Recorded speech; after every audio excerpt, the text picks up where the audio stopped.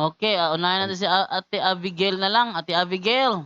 Good evening po. Maitatanong lang ako comment din po ito ng ko dito sa aking mga post po. Comment ulit dito.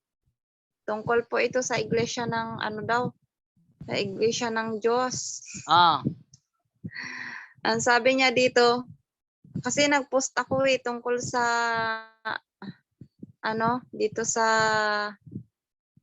sabi sa mabuting balita araw-araw, tunay na kagandahan nakalagay dito sa ng post ko. Tapos ang comment niya, pinapalaganap mo na magbasa ng sulat ni Apostol Pablo pero di niya tinatanggap ang pananalita niya. Anong sense nun? Kaipokrituhan yon. Sabi niya, Iglesia ng Diyos ang pangalan ng iglesia. Pero tinutulan nyo, yon ang nakasulat, yung dapat ang sundin, mga lapastangan.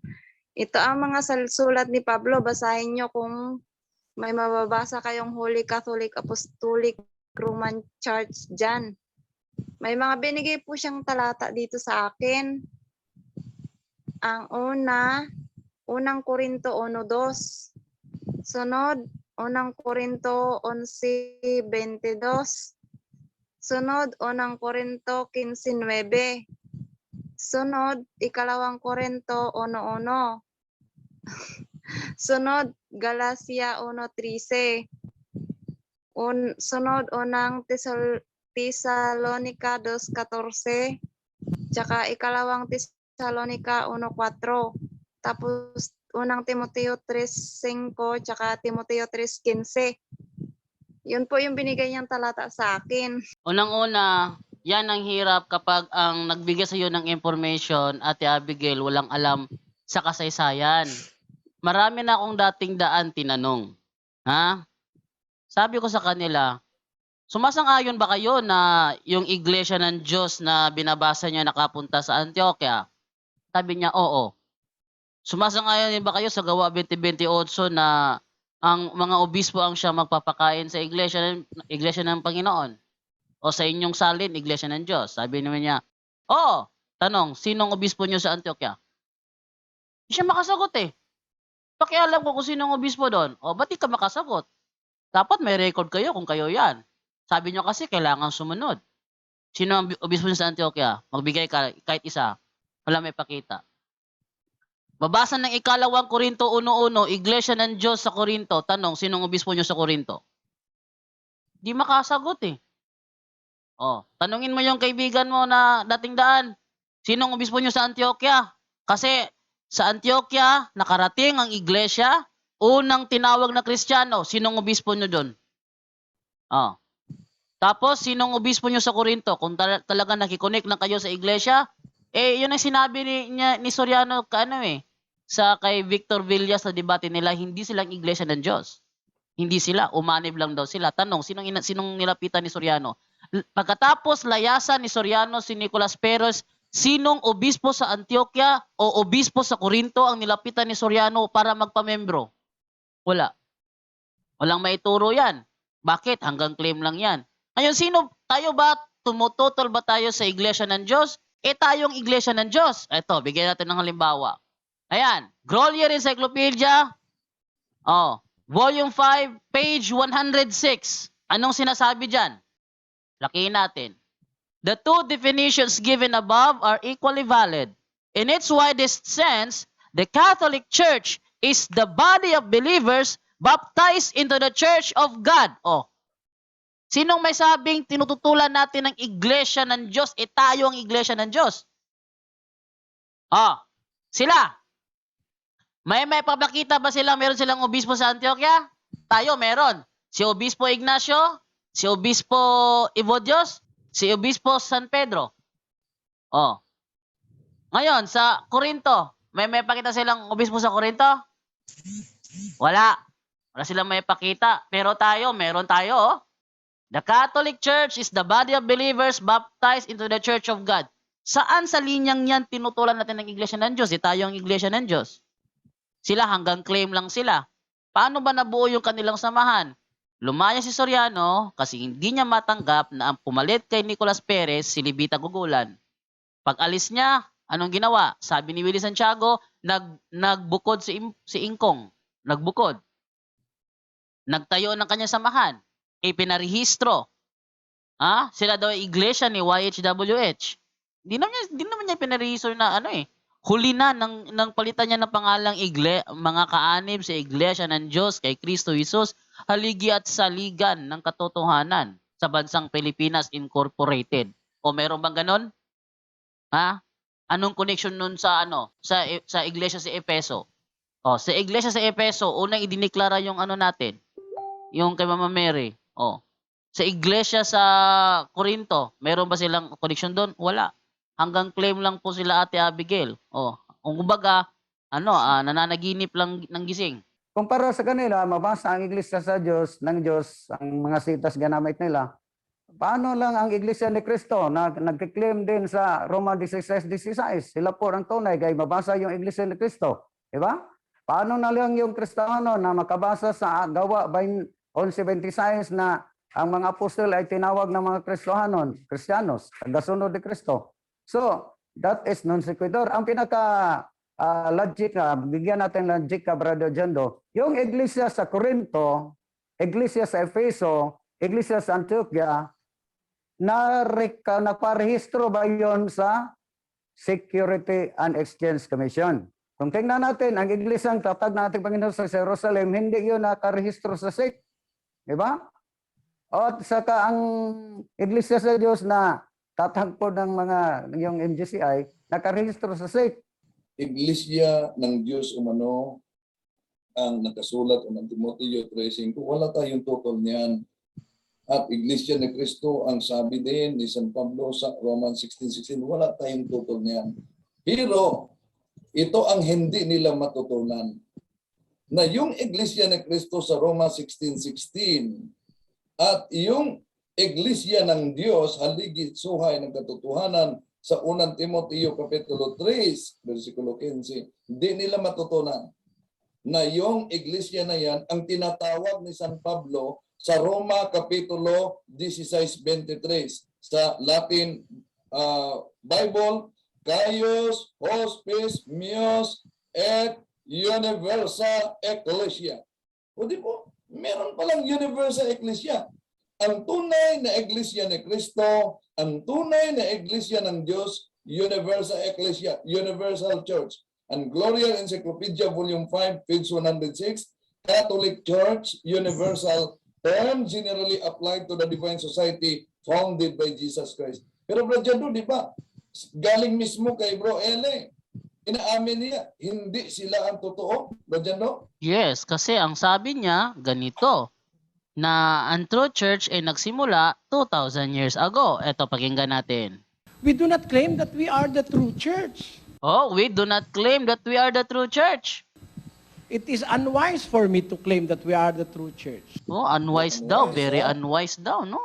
Tuloy. The true church have existed 2,000 years ago. Tandaan nyo ha, the true church have existed 2,000 years ago. Tandaan nyo yung linyang yan. Ano ba sinabi niya? And who are we? Sino ba naman kami? Ang tunay na iglesia, itinatag 2,000 years ago. At sino ba naman kami? Ngayon, ang tanong, ang Katoliko. Yan, dito tayo sa Katoliko. Ano? Kailan ba itinatag ang Katoliko? Tanungin natin si Soriano. Ang konklusyon ko, sino ba ang nagtayo ng Iglesia Katolika? Hindi ko kilala yung mga tao na yun, hindi pa ako buhay noon. Yang relihiyon na yan, hindi ko kilala yung mga taong nagtayo, hindi pa ako tao noon 2,000 years ago. Oy, ang Katoliko pala nagsimula 2,000 years ago. At ang sabi niya, ang True Church nagsimula 2,000 years ago, so sino ba naman kami? Kita nyo? Tapos, lagi sinasabi nila, Iglesia ng Diyos, Iglesia ng Diyos. Hindi yan kayo. Sabi ni Soriano. Baka mapagkamalian nyo, hindi yan kami. Panoorin nyo sa debate ng Nebillas. Hanapin ko yung linyang yon at ipaparinig ko sa inyo kung saan sinabi niya, Yung iglesia ng Diyos. Teka, baka mapagkamalian nyo. Hindi yan kami. Oh, hindi Ang yan. iglesia ng Diyos sa Biblia, kaya tinatawag na iglesia ng Diyos, kasi ang Diyos ang may-ari. Siya nagtayo. Huwag kayong magkamali, hindi kami yun. Hindi kami yun. Hindi kami yun. Hindi yan kami. Sabi rin niya, we are not the true church. Oh, tanyo?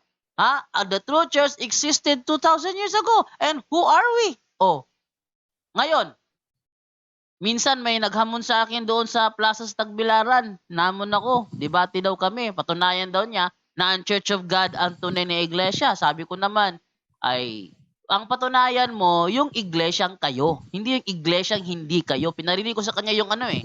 Yung clip na yun. Meron akong dating, hanapin ko yung kopya ko na yon. Yung clip, pinarinig ko sa kanya. Sinabi ni Soriano, na baka mapagkamalian nyo, hindi kami ang iglesia ng Diyos. Kasi bago pa kami isilang sa mundo, nasa Biblia na yan, sa hindi kami yan. O, ang patunayan mo sa akin, yung kayo. Yung Members Church of God International. Yan ang patunayan mo sa akin. Yung nagsimula nang lumaya si Soriano kay Nicolas Perez, yan ang patunayan mo sa akin. Yan ang tunay na iglesia. O, anong nangyari? Next week, hindi na nagpakita. Natuntun ko, driver pala ng jeepney dyan sa City Square. Nilapitan ko.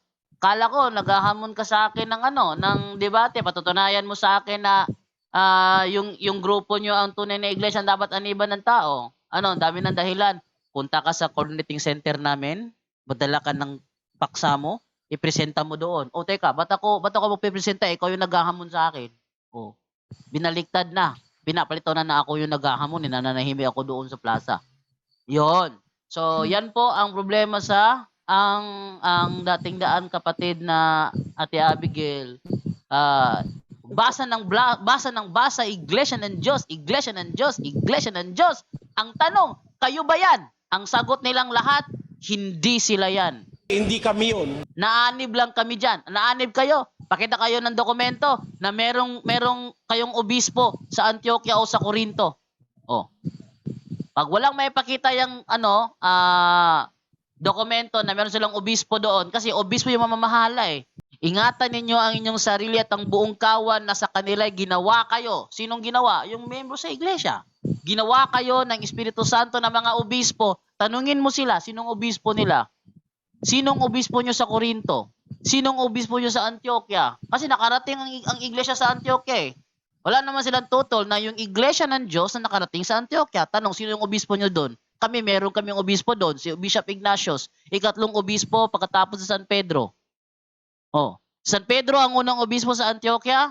Sumunod si San Evodios, ikatlo San Ignatius. At ang ikatlong obispo sa San Ignatius, siya ang nagbigay ng pangalang Katoliko. Sige, magbigay ka. Sinong obispo nyo sa Antioquia? Walang maibigay yan, Ate Abigail. Dahil nananaginip na sila ng gising. Yon, Ate Abigail? Okay na po ba yon? Opo, okay na po. Okay, thank Thank you. you po. Yan. Jando, Yes, Brother Wendell? pero di natin makalimutan yung kumpleto nilang pangalan. Ang kumpleto nilang dinadalang pangalan, Iglesia sa Diyos, sa Ligi at Suway ng Katotohanan sa Bansang Pilipinas Incorporated. Yon, sa Bansang Pilipinas Incorporated. Anong nangyari? Doon sa sinugod nila si Jesse Antonio. Kasi si Jesse Antonio, kaanib ito ni Nicolas Perez na nangangaral sa ibang naging kaanib niya. Sinugod ni Soriano sa bahay. Oh, nang sinugod to ni Soriano, may nagkipagdiskusyon siya na sinabi ni Jesse Antonio,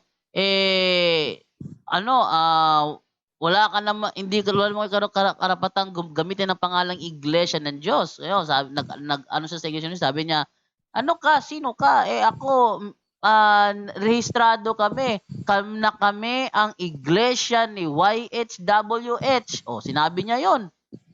Iglesia sila ni YHWH. 'Yun ba ang iglesia ng Diyos? Hindi.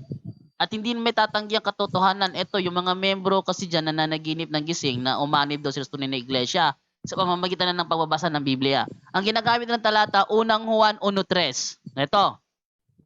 Unang Juan 1:3. Si San Juan nito ay nasa Patmos nang isulat niya ito.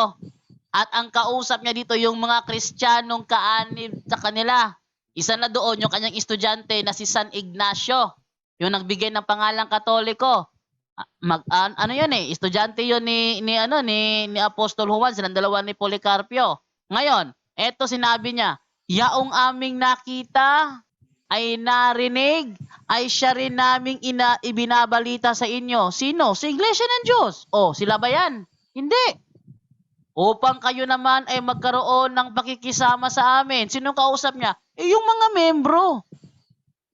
Yung mga miyembro. Yan ba? Yan ba ang kinaaniban ng dating daan? Hindi. Dahil kung yan ba ang kinaaniban nila, dapat kasama natin sila ngayon. Wala eh. At tayo'y may pakikisama sa Ama at sa kanyang anak na si Jesucristo. May pakikisama ba? Ano pakikisama? Tira ng tira. Pakikisama ba tira ng tira? Sabi nila, ang pangalang Katoliko, nauna pa ang pangalang Las Islas Pilipinas eh. Kasi 1870 daw ang pangalang Katoliko. Ano ba ngayon kung 1870 ang pangalan? Pangalan lang naman yun. Ang pinangalanan, kailan nagsimula?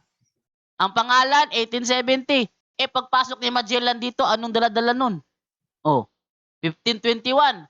Masok si Magellan sa Pilipinas, anong dala-dala nun? Yung pangalan, 1870. Nauna pa nga yung yung Banawe Rice Terraces, kung ano-ano yung mga pinagsasabi. Nauna pa yung hagdan-hagdang palayan doon sa Ifugao. Ano ba yun? Ifugao yata yun, nauna pa daw yun kaysa sa pangalan na Iglesia Katolika, Apostolika, Romana. Pero anong sinabi niya? Hindi ko kilala kung sino ang natatag ng Iglesia Katolika, Apostolika, Romana dahil hindi pa ako tao noon 2,000 years ago. Doon, kumpleto siya nagbigay ng pangalan doon. Ngayon, sino ba ang nagtatag ng Iglesia Katolika, Apostolika, Romana? Siya na nagdagdag noon eh. Hindi ko kilala kung sinong mga taong nagtayo nun. Hindi pa kasi ako tao nun. 2,000 years ago. Bakit? Nang itatag ang SDA, tao ka na ba nun? Ba't alam mo? Nung itatag ang Islam, tao ka ba nun? Ba't alam mo? Nang itatag ang Buddhism, tao ka ba nun? Ba't alam mo? Nung namatay si Buddha kasi kumain siya ng poisonous mushroom, ba't alam mo? Tao ka na ba nun? Wala. Lahat yung pinagbabasa, sabi niya sa debate nila ni Froilan Garza, lahat ng kasaysayan ng relihiyon, binasa ko na. Binasa niya pala. Tapos ang Katoliko nagsimula 2,000 years ago. Saan niya binasa lahat yon? Sa referensya. Ba't di niya maamin-amin kung sinong founder? Doon pa lang halata na, ano? So, Ate Abigail, pakisabi sa kaibigan mo, ito ang sagot ko. Iparinig mo sa kanya ang sagot ko.